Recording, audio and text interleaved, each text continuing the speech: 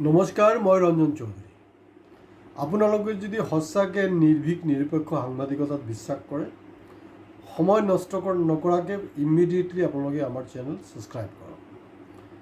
দ্বিতীয় কথাটো হ'ল, ঠিক অসমৰ বিধানসভা যোৱা নিৰ্বাচনৰ আগে আগে আমাৰ অসমৰ বৰেণ্য ব্যক্তিসকলৰো হোৱাটছএপ গ্ৰুপ আছে। তো সেই হোৱাটছএপ গ্ৰুপত মই এটা নিউজ শ্বেয়াৰ কৰিছিলোঁ, য'ত অখিল গগৈৰ ষ্টেটমেণ্টটো এনেকুৱা আছিলে যে কংগ্ৰেছ ফেচিষ্ট পাৰ্টি বুলি, ফেচিষ্ট। তো তাত দেখিছোঁ সেইটোত আমাৰ একজন বৰেণ্য ব্যক্তিয়ে ৰিয়েক্ট কৰিছে যে এই নিউজখন কেতিয়া, ষ্টেটমেণ্টটো কেতিয়াৰ। মই লিখিছোঁ যে তাত অলৰেডি ডেট ফেট দিয়া আছে, আৰু বাকী চনটো কি আছে এইটো আপুনি চাই লওক। এইটো কিন্তু জাষ্ট নিৰ্বাচনৰ আগে আগে কথা। মই বুদ্ধিজীৱীক সন্মান কৰোঁ, তাত তো কোনো আপোনালোকে নিশ্চয় কৰে, কিন্তু বুদ্ধিজীৱীও যেতিয়া কেতিয়াবা গোবৰজীৱী হৈ যায় তেতিয়া বৰ বেয়া লাগে। কাৰণ বুদ্ধিজীৱীৰ নিচিনা বুদ্ধিমত্তাটোৱে আমি বিচাৰোঁ, ইমান সৰু হেৰিত পাজেল হৈ যায়। এতিয়া যে নতুনকৈ এই যে ইলু ইলু প্ৰেম, চুমা বাবা মামাৰ যে চলি আছে, আপোনালোকে দেখিছে, সেইটো শ্বেয়াৰ কৰিছোঁ। কৰাৰ পিছত মই লিখিছোঁ যে আপোনালোকৰ ভিউ কি। কোনো একজন ব্যক্তিৰ হিম্মত নাইকিয়া যে এতিয়াও ক'ব যে সেইটো কেতিয়াৰ নিউজ, কাৰণ এইটো একদম চৰ্চা হৈ আছে। আৰু অখিল গগৈক দুইজন মানুহে প্ৰথম চিনি পাইছিলে।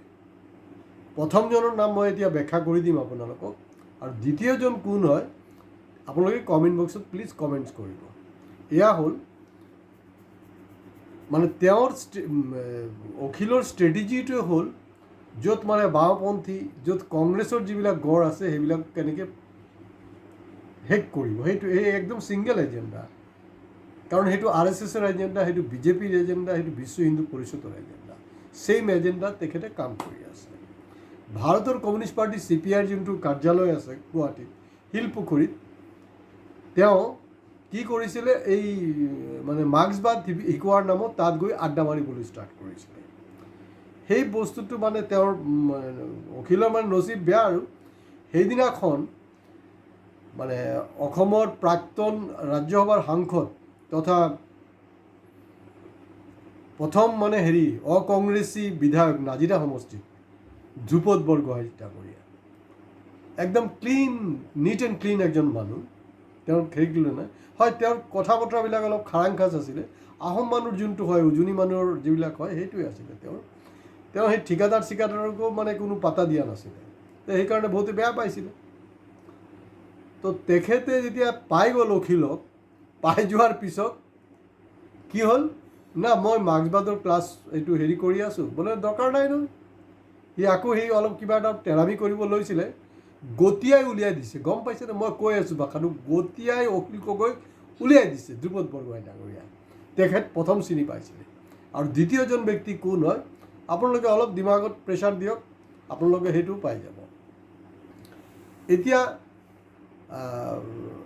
অখিল পগলা হৈ গৈছে মানুহ, অখিলৰ ছাপোৰ্টত। কাৰণ এই মুহূৰ্তত কোনোবাৰ সাহস আছেনে যে ডিমাণ্ড কৰা যে অখিলে যিমান টকা এতিয়ালৈকে পাইছে তাৰ এটা ষ্টেটমেণ্ট ৰাজহুৱা কৰা, যোনটো অলৰেডি পীযুষ হাজৰিকাই কৈছে যে ইমান টকা ক'ৰ পৰা পাই আছে, লাখে লাখে টকা ক'ৰ পৰা পাই আছে, কোনে দি আছে, কাক ব্লেকমেইল কৰিছে। আপোনালোকে ক'ৰবাত পাইছেনে কোনো নিউজ পেপাৰ বা কোনো ছ'চিয়েল মিডিয়াত যে পীযুষ হাজৰিকাক সেইটো প্ৰত্যুত্তৰ দিছে। এতিয়া তেওঁ কৈ আছে, অখিলে কৈ আছে যে নাই, মই প্ৰথম কোনো মুখ্যমন্ত্ৰীক দেখিছোঁ যে এনেকৈ বানপানীত আহি হেৰি কৰিছে। আৰু ইয়াৰ আগত কি তৰুণ গগৈ কি বানপানীৰ সময়ত ডেন্স কৰি আছিলে নেকি, তই দেখা নাছিলি? তৰুণ গগৈক বৰবাদ কৰাৰ কাৰণেতো তেওঁ হিমন্তৰ কাৰণে কাম কৰিছিলে। সেইটো কাৰণে মই সদায় কৈ থাকোঁ যে 2012ৰ পৰা আগত মোৰ নেৰেটিভছ আছিলে BJP আৰু RSSৰ কাৰণে অখিলে কাম কৰি আছে। কিন্তু শেহতীয়া মোৰ কথাটো আছিলে যে 2012ৰ পৰা দৰাচলতে হিমন্ত বিশ্ব শৰ্মাৰ কাৰণে অখিলে কাম কৰি আছে। এতিয়া ফেচবুকততো ওলাই আছে ন, যেতিয়া মানুহজন মুখ্যমন্ত্ৰী আপোনাৰ ওচৰত থাকে তেতিয়া আপোনাৰ একেবাৰে ইলু ইলু, যেতিয়া দূৰত থাকে তেতিয়া গালি কেলে পাৰে। আৰু এটা ইণ্টাৰেষ্টিং, এইটো চাগে মই একদম চিয়'ৰ যে আমাৰ মুখ্যমন্ত্ৰী ডাঙৰীয়াই মোক ফ'ল' কৰি আছে। আপোনালোকক কৈ আছোঁ যে একদিন গম পাব, সেইকাৰণে কৈছোঁ যে শ্বেয়াৰ কৰক, লাইক কৰক, কমেণ্টছ কৰক, সেইবিলাকো আপোনালোকৰ কাৰণে জৰুৰী। কাৰণ এইটো ইতিহাসত আপোনালোকৰ নাম থাকি যাব যে কোনে কমেণ্ট দিছিল এনেকুৱাকৈ। তাত এই যে সাঁতুৰি আছিলে নহয় বানপানী, মই ফেচবুকত এটা দিনক এতিয়া দেখিছোঁ অখিল গগৈ মোকে ফ্ৰেণ্ড ৰিকুৱেষ্ট পঠাইছে। তো তইতো মোৰ ফ্ৰেণ্ড নহয় ভাই, তই অসমৰ শত্ৰু। হিমন্ত বিশ্ব শৰ্মা মোদী যদি অসমৰ শত্ৰু হয়, অখিল গগৈ অসমৰ শত্ৰু। মই একদম চিধা কথা, স্পষ্ট কথা। তো তাত কি হৈছে, সি মানে হেৰি কৰি আছে, সাঁতুৰি আছে আৰু ভাওনা কৰি আছে। ফেচবুকত আছে, আপোনালোকে চাব। আৰু হিমন্ত বিশ্ব নিশ্চয় সেই বস্তু কেটচ কৰিছে যে চালা ৰঞ্জন চৌধুৰীতো এই মালটোক ধৰি পেলালে, মোকতো ধৰি থৈছে। মই কি বুলি কৈছোঁ যে নেক্সট অলিম্পিকৰ কাৰণে আমাৰ ছুইমাৰ আমি পাই গৈছোঁ। মানে সাঁতাৰুতো আমি নাপাওঁ নহয়, ইণ্ডিয়াত নাই।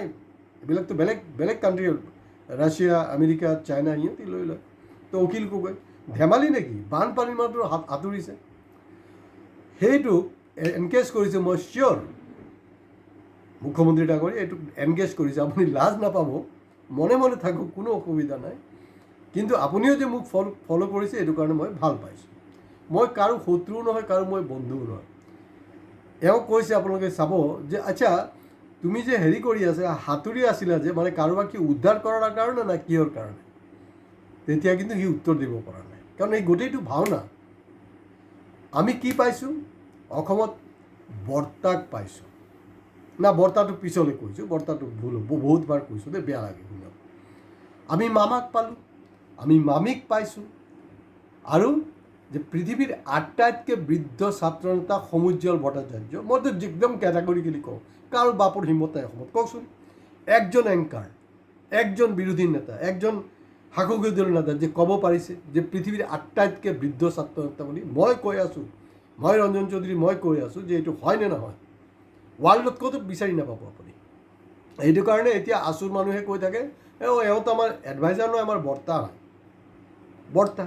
তো মামাৰ লগততো হেৰি ছেটিং আছে অখিলৰ ওচৰতে। একচুৱেলি মানে তাই মানে এই ছোৱালীবিলাক ইন'চেণ্ট হয়, মই দেখিছোঁ ছ'চিয়েল মিডিয়াত আহি মানে খুব হেৰি এপ্ৰিচিয়েট কৰি আছে ন, আপুনি যে এনেকৈ কাম কৰি আছে, অমুক তমুক কিবা কিবি, খুৰা বুলি মাতিছে। তাৰমানে সেইটোও ছেটিং যে তাক শিকাই থৈছে যে তোক মানে খুৰা বুলি মাতিবলৈ, তোক যাতে ভুলেও মামা নামাতে। কাৰণ দুইজন মামা হ'লেতো ঝামেলা হ'ব ন, এটা ঢালত দুটা তৰোৱাল কেনেকৈ থাকিব, নহ'ব ন। সেইকাৰণে ছেটিং, সেইকাৰণে মামা ই খুৰা, আৰু বৰ্তাটো আমি পাইছোঁৱেই। তো এই গোটেই কাৰবাৰবিলাক চলি আছে। মই আপোনালোকক মাজত এটা এচুৰেঞ্চ কৰিছিলোঁ যে মই কিন্তু এই বানপানীৰ ওপৰতে কথা পাতিম, যাৰ লগত 2029 লোকসভা নিৰ্বাচনৰ সম্পৰ্ক আছে। এতিয়া কি কৰি আছে যে গোটেই গেমটোৰ পৰা মানে হেৰি আঁতৰি আছে, আৰু এইটো বুদ্ধিমানৰ কাম। এই কি বুলি কয় আমাৰ গৌৰৱ গগৈ, কাৰণ গৌৰৱ গগৈৰ ওচৰত, কাৰণ যেতিয়া হেৰিয়ে প্ৰধানমন্ত্ৰীয়ে এ ফৰ আছাম কোৱাৰ পিছতো বানপীড়িত ৰাজ্যৰ ওচৰলৈ অহা নাই, তো সি আহি কি ঘণ্টাটো কৰিব? যদি তাক মাফ কৰিব পাৰিছে অসমবাসীয়ে, গৌৰৱ গগৈৰ কেলৈ মাফ নকৰে? কাৰণ গৌৰৱ গগৈ প্ৰথম অসমৰ সাংসদ হয়, বা উত্তৰ পূৰ্বাঞ্চলৰ সাংসদ, যিজনে পাৰ্লামেণ্টত মজিয়াত থিয় হৈ অসমৰ বান সমস্যা লৈ কথা পাতিছে। আপুনি কওকচোন বাৰু, বিজেপি বা এন ডি এৰ পাৰ্টনাৰ কোনোবা একজনে কৈছেনে? নাই কোৱা। ইণ্টাৰেষ্টিং হ'ল যে তেওঁক ছাবচাইড কৰিব বিচাৰিছে, আৰু এইটো সময়ত লাহে লাহে খেলাটো গৌৰৱৰ কাৰণে, বুদ্ধিমানৰ কাৰণে। ইণ্টাৰেষ্টিং, যেতিয়া ওলাই আছে কথাবিলাক যে এই আপোনাৰ যে অবৈধ কয়লাৰ খনন, এইটো এটা অন্যতম কাৰণ হয় এই বানপানীৰ কাৰণে।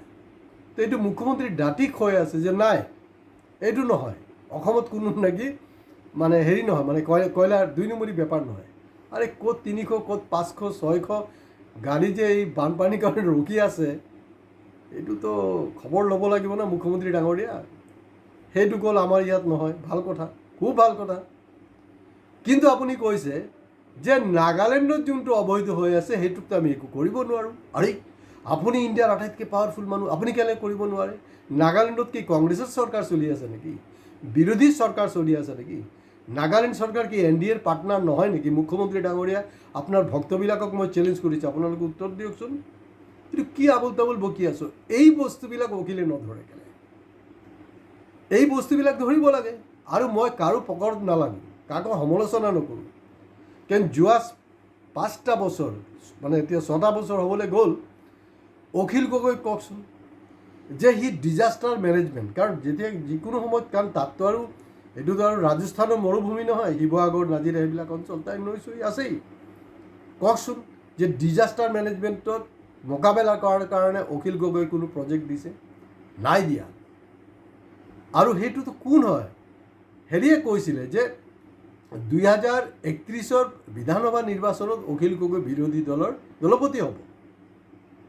এইটো কোনে কৈছিলে? হিমন্ত বিশ্ব শৰ্মাই কৈছিলে। গতিকে তেনেকুৱাকৈ এটা চিটুৱেশ্যন ক্ৰিয়েট কৰি আছে। আৰু আমাৰ যে অসমৰ যে জেনজিবিলাক আছে, সেইবিলাক কি, এইটো কি চব জেনজিকেইটা কি মামাৰ গেঞ্জি পিন্ধি বহি আছে নেকি? এইচব কি ধেমালি হৈ আছে? এই যে বানক লৈ যে হেতালি খেলা হৈছে, আমাৰ জেনজিবিলাকৰ কোনো প্ৰতিবাদ নাই কেলে?